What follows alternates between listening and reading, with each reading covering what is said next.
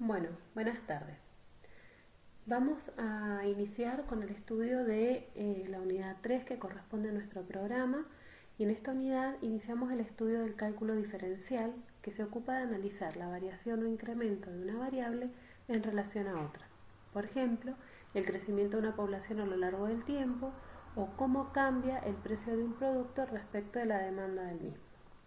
En verdad, lo que nos interesa es conocer cuánto cambia una variable respecto a los incrementos o variaciones de la otra. Pero para eso vamos a iniciar con un repaso de algunos conceptos que usaremos más adelante. Con estos conceptos podremos llegar a definir en este video los incrementos y el cociente incremental. Podemos definir las pendientes de las rectas secantes, vamos a definir las pendientes de las rectas secante y tangente a una curva y la derivada de una función en un punto. Hasta ahí será nuestro video. Empecemos con algunos conceptos. Pensemos en ecuaciones de una recta. ¿Cuáles recordamos? Quizás algunas de las que se les vienen a la mente sean estas. Ecuaciones donde se conoce la pendiente de la recta y su ordenada al origen, o ecuaciones donde se conoce la pendiente de la recta y un punto por el que pasa la recta. Si son estas u otras, siempre vamos a estar necesitando aparentemente la pendiente. El tema es cómo se determina la pendiente de una recta. Y entonces vamos a pensar en dos situaciones. La primera es conocidos dos puntos de la misma. Entonces supongamos dos puntos cualesquiera del plano, P y Q, y obviamente por dos puntos del plano pasa una única recta, que en nuestro caso esa recta, aparte de ser un ente geométrico, estará representando una función polinómica de grado 1. Esto porque es importante tenerlo en cuenta, porque las componentes del punto Q, que podrían ser X e Y, cualesquiera, en este caso las vamos a llamar X sub 2 como abscisa del punto Q y f de x sub 2, haciendo referencia a que la ordenada no es un valor cualquiera, sino que responde a la ecuación a la ley de formación de esta función que está representada. Lo mismo para el punto P, donde el punto P tiene abscisa en x sub 1 y ordenada en f de x sub 1. ¿Se acuerdan cómo se calculaba la pendiente?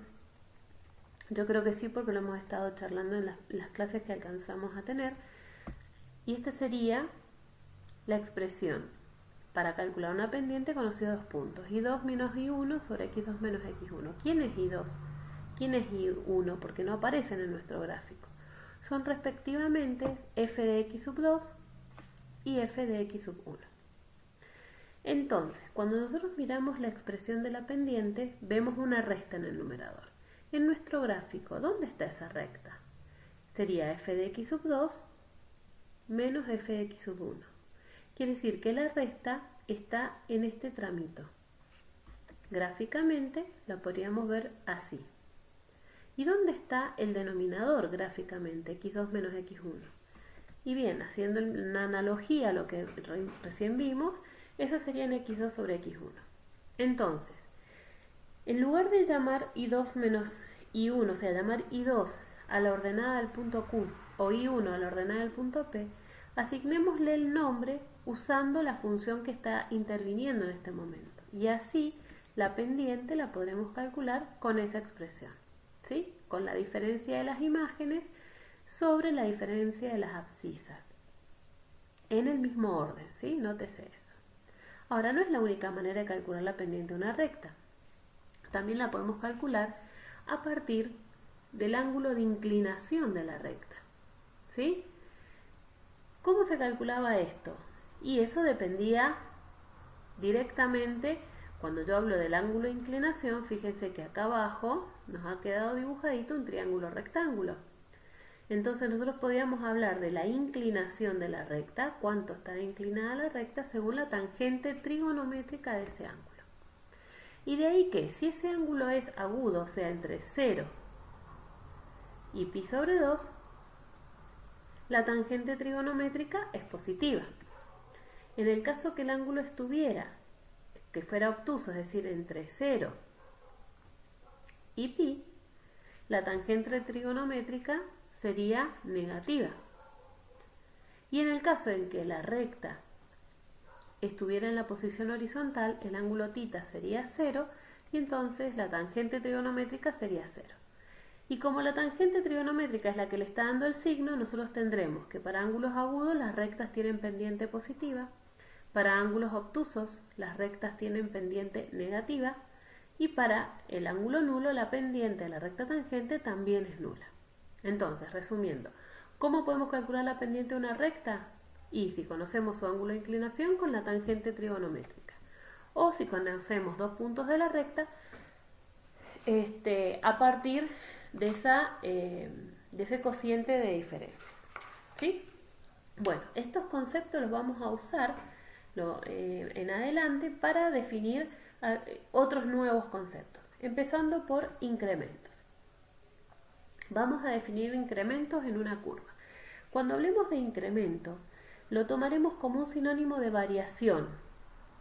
Es decir, que el incremento puede indicar un aumento o también puede indicar una disminución de la variable a la que se aplica el incremento. Te vamos a ver la simbología en unos instantes y cómo se calcula.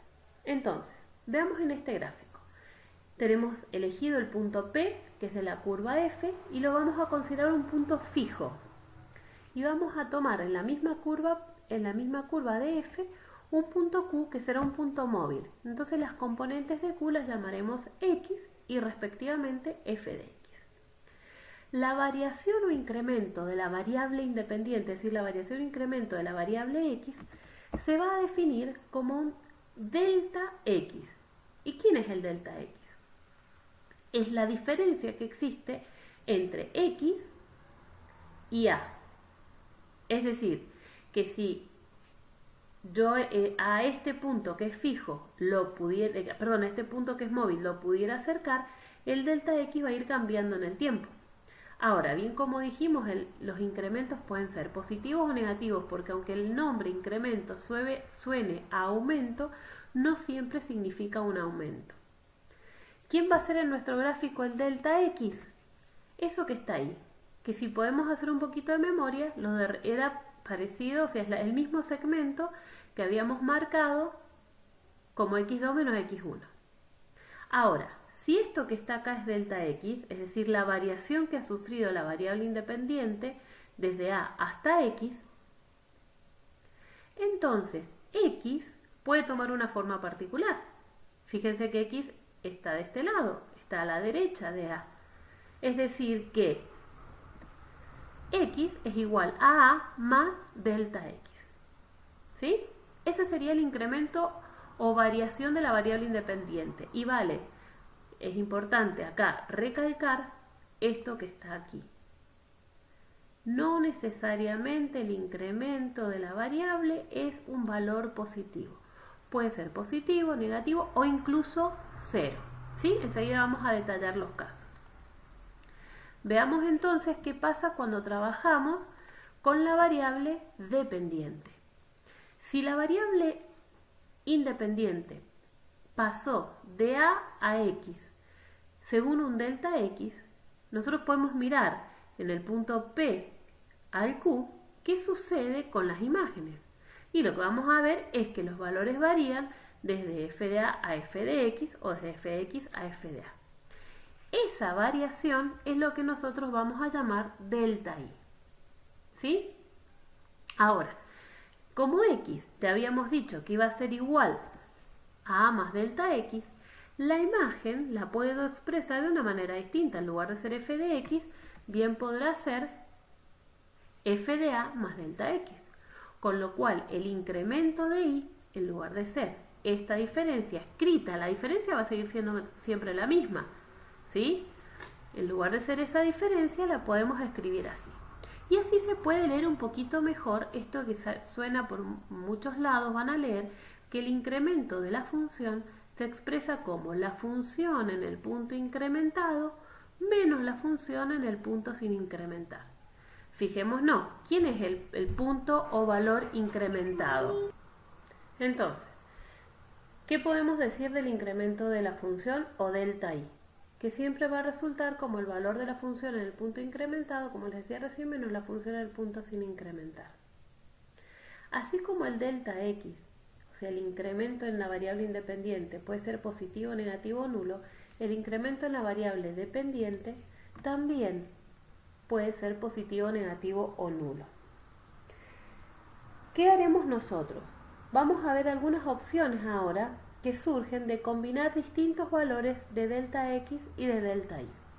¿Sí? Vamos a partir de suponer o pensar en que tengamos el delta x positivo y vamos a ir viendo cómo se comporta según la función el delta y. Esto será, supongamos esta situación. El delta x es positivo. ¿Qué significa esto? Que en el valor sin incrementar, cuando yo lo incremento en delta x, me voy hacia la derecha. Es decir, que el valor incrementado es mayor que el valor sin incrementar. Veamos en esta curva. ¿Qué pasa con la imagen del valor sin incrementar, que es este, y el valor de la función incrementada, que es este otro? En ese caso, si nosotros aplicamos la definición de incremento de la función, vamos a ver que esta resta resulta positiva, pues la función al valor incrementado es mayor que la función al valor sin incrementar. Pensemos en otra situación donde el valor incrementado sigue estando a la derecha porque el incremento de x sigue siendo positivo. Pero hemos cambiado la gráfica de la función, hemos supuesto algo, una función decreciente. ¿Sí? ¿Qué pasa ahora? El valor del incremento de la función, el delta i, se sigue calculando de la misma manera. La función en el valor incrementado menos la función en el valor sin incrementar. Sin embargo, en este caso, la función en el valor incrementado es un valor menor al de la función en el valor sin incrementar, con lo cual esta resta resultará negativa. Y la última opción no es que la función sea creciente o decreciente, sino que pensemos en una función constante. Y esto nos va a dar la posibilidad de asegurar esto, que el valor de la función en el valor sin incrementar y en el incrementado son iguales, con lo cual la resta resulta nula. Si pensamos ahora las mismas situaciones de manera análoga, pero para un incremento negativo, lo que hay que tener en cuenta es lo siguiente. El valor de A es el fijo y el valor de delta x es el que nos mueve hacia el valor incrementado. Pero como resulta negativo, en este caso, como se ha elegido negativo, el valor incrementado lo tendremos a la izquierda, ¿sí? Es decir, que en esta situación la imagen del valor sin incrementar, es decir, f de a, es mayor que el valor de la imagen en el valor incrementado. Con lo cual, si buscamos el incremento de la función, esta resta vuelve a resultar negativa. Sigamos con un incremento de la variable independiente negativo, pero consideremos ahora una función que sea decreciente. Fíjense que acá ¿qué ha pasado? Lo importante es que si yo fijo o me dicen que el incremento es negativo, el valor incrementado de la variable independiente tiene que estar a la izquierda sí o sí del valor sin incrementar. En este caso, la diferencia entre el valor de la función incrementada y el valor de la función sin incrementar tienen la misma forma y resulta que el incremento de la función resulta positivo. ¿Sí? Evidentemente porque este valor es el mayor. Si seguimos pensando en un incremento negativo, pero una función constante, como era el último caso también de la otra situación, vamos a encontrar lo mismo, que f en a y f en a más delta x, es decir, en el valor sin incrementar y en el valor incrementado, la función vale lo mismo, con lo cual la variación de la función resulta nula. Veamos un ejemplo, pongámosle números a esto, por las dudas que no haya quedado claro. Vamos a considerar la función cuadrática x menos 3 al cuadrado más 1 y vamos a determinar el incremento de la función cuando a igual a 4 se incrementa en una unidad. Y después haremos un gráfico para verificar. Buscamos el valor de la función buscamos la función en el valor incrementado. es decir, f de 5, porque como el delta x es positivo, resulta el incrementado 4 más 1.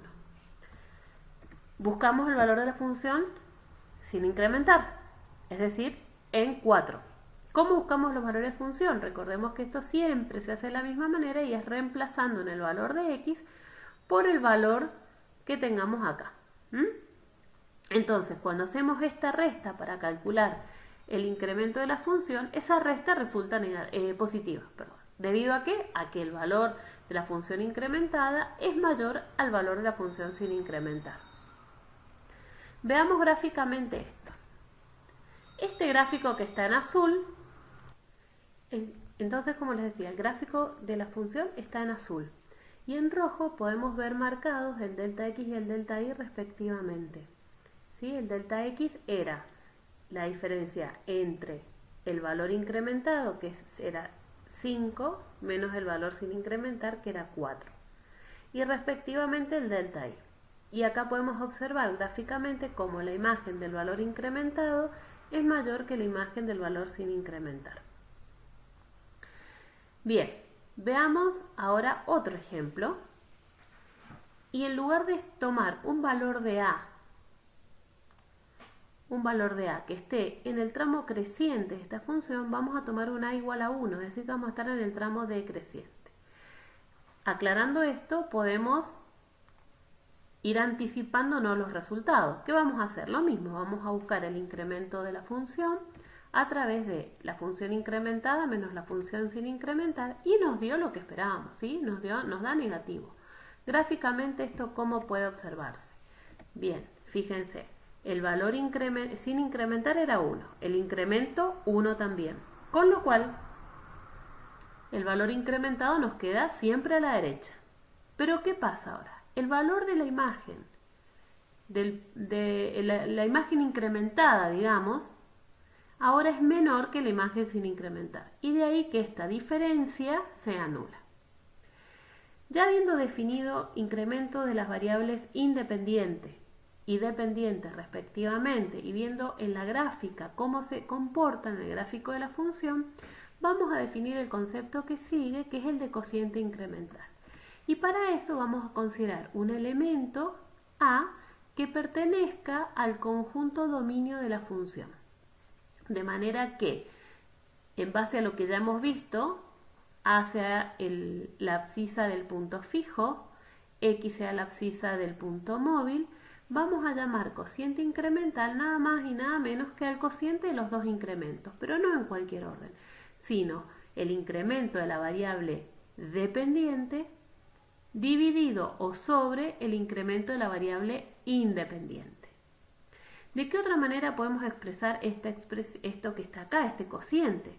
Y pensando en que x, que es este valor que está acá, que es el incrementado, en vez de escribirlo como x, lo podemos escribir como f de a más delta x, cosa de que lo podamos nombrar efectivamente como la imagen del valor incrementado y se vea el incremento.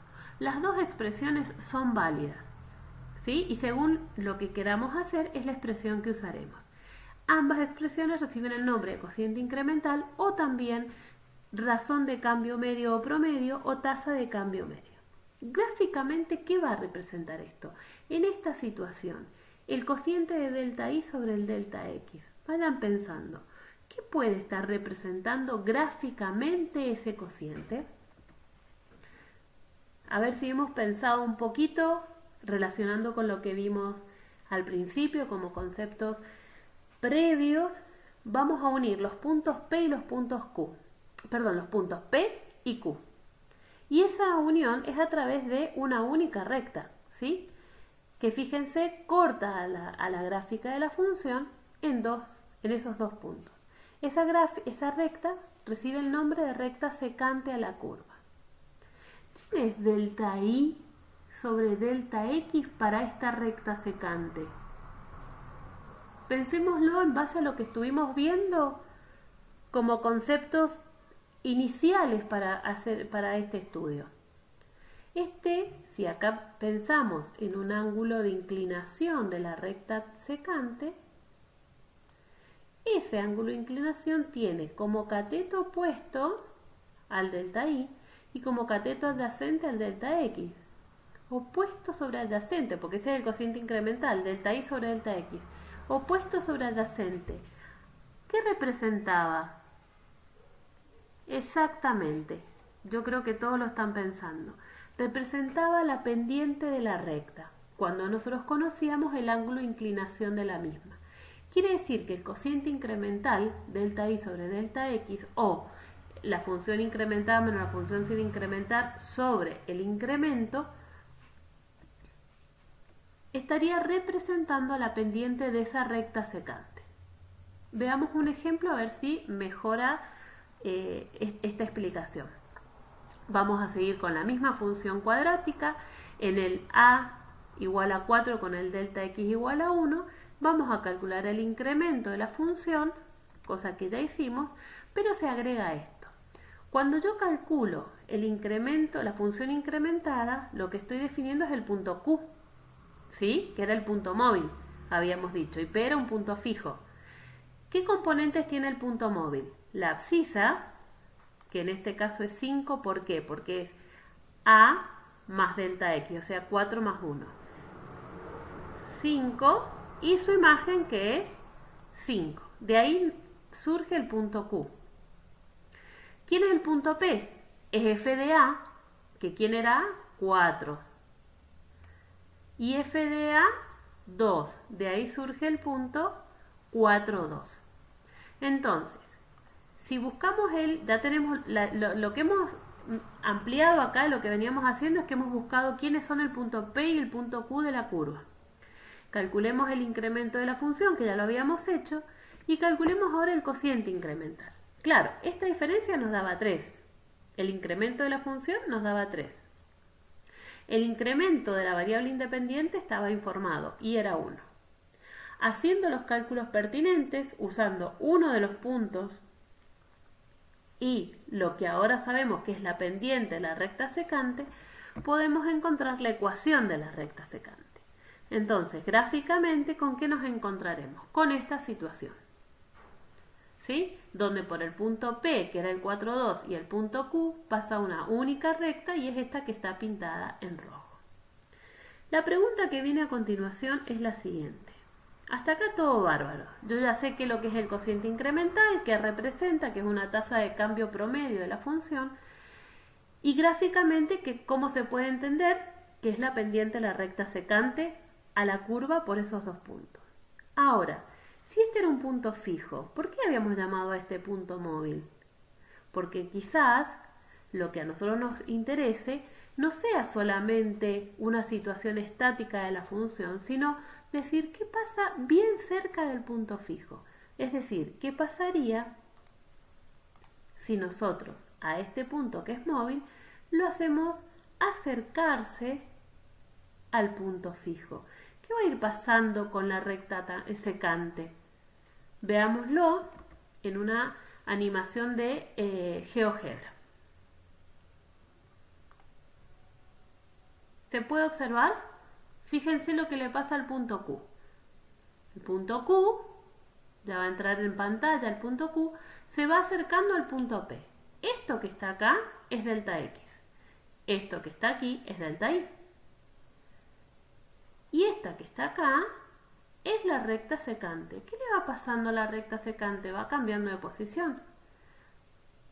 Y cuando Q llega a P, que en realidad no podría llegar porque el delta X tendría que ser 0, ¿sí?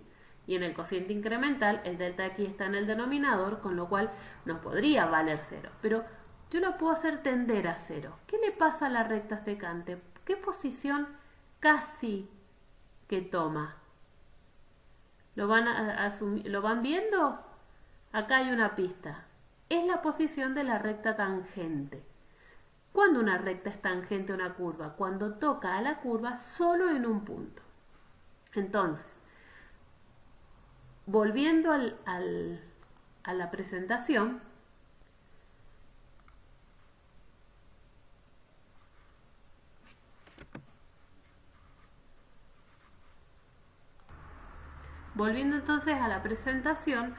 vamos a poder pensar en una nueva definición. Vamos a plantear una nueva definición. Y esa definición surge de este trabajo, de pensar en el delta x que se va haciendo tan chico como nosotros queramos, porque cuando el delta x se achicaba, o sea, el incremento de la variable se achicaba, el punto móvil se acercaba al punto fijo, pero no podía valer 0. ¿Por qué? Porque cuando nosotros más achicamos, lo que estamos estudiando es la pendiente de la recta secante, que es este cociente que está casi en el límite, ¿sí? Este nunca puede valer 0, el delta x. Entonces, como no puede valer 0, lo que hacemos es que tienda a 0. Por eso usamos el concepto de límite. A este límite, el límite del cociente al límite del cociente incremental, se lo conoce como derivada de la función en un punto. ¿Qué es lo que se le exige a la función como condición para empezar el estudio de derivada? Es que ese punto sea un punto interior del intervalo donde esté definida la función. Es decir, que no puede ser un valor de los bordes del dominio de la función. Esta expresión escrita de otra manera, usando las expresiones que hemos tenido, que hemos deducido del incremento de la función, como la función incrementada menos la función sin incrementar, obtenemos otra expresión de la derivada de una función en un punto. Ahora, teniendo en cuenta esto, que cuando el delta x tiende a 0, lo que sucede si el delta x tiende a 0, o sea que q se mueve hacia p, lo que sucede es que x se mueve hacia a, podemos encontrar otra expresión de la derivada en un punto, que es esta que está aquí. Las tres representan a la derivada de una función. ¿Cuál usaremos? La que sea más conveniente en el momento que la necesitemos usar. Entonces, haciendo un resumen, estas dos pueden ser las expresiones de la derivada de una función en un punto. ¿Qué características van a tener o qué observaciones vamos a hacerles a estas expresiones y a este nuevo concepto? Que este concepto, el de derivada, depende de la existencia de un límite. O sea que la derivada puede o no existir. Y va a existir siempre que el límite del que está acá a la derecha, este límite o este límite, exista. ¿Qué más podemos observar desde las definiciones? Que la derivada de una función en un punto depende, obviamente, del punto. Además de depender de la función, depende del valor donde yo lo analice. Si yo cambio A, este f de A cambia, esta A cambia, esta tendencia cambia. Esta expresión también cambia. Entonces, la derivada depende del valor de A y obviamente depende del valor de la función. ¿Qué más? Como hemos dicho que la derivada es igual a un límite, y hemos dicho que va a existir la derivada siempre que exista el límite, para que un límite exista, este debe ser finito y único. Quiere decir que si la derivada existe, es finita y única.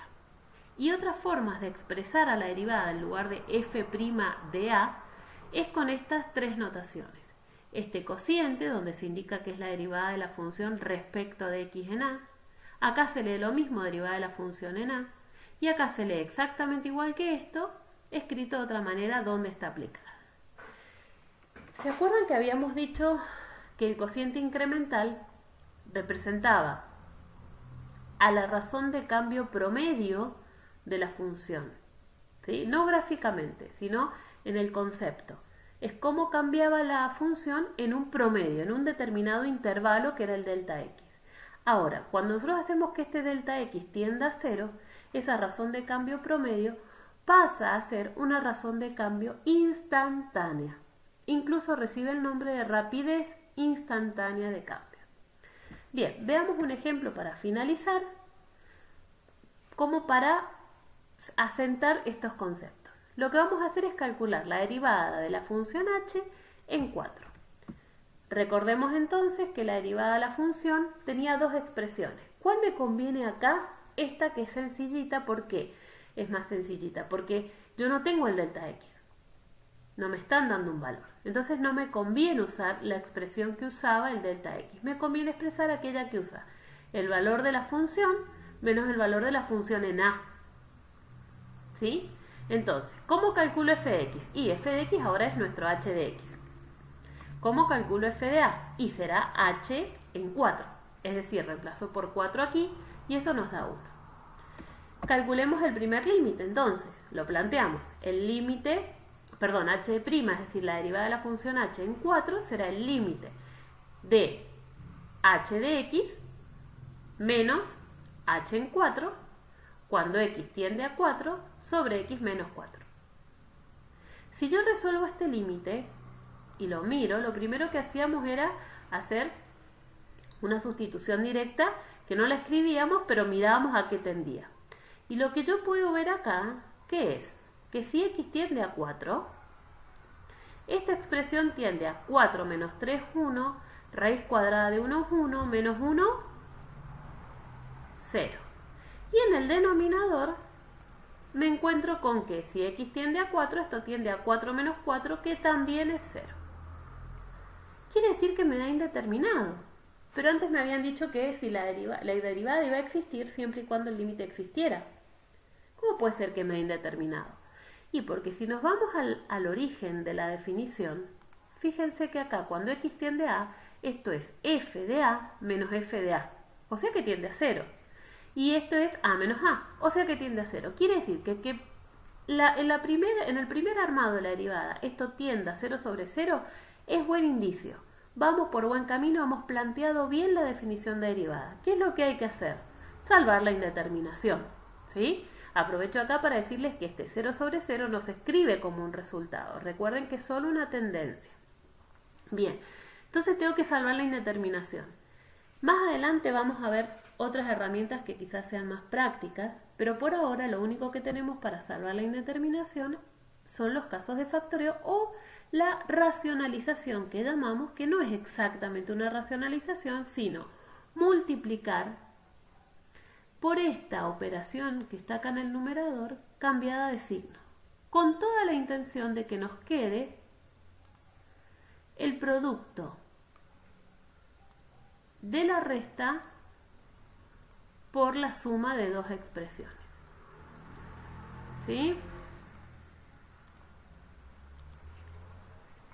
Entonces acá nos queda la resta, esta que está aquí, por la suma con los mismos términos.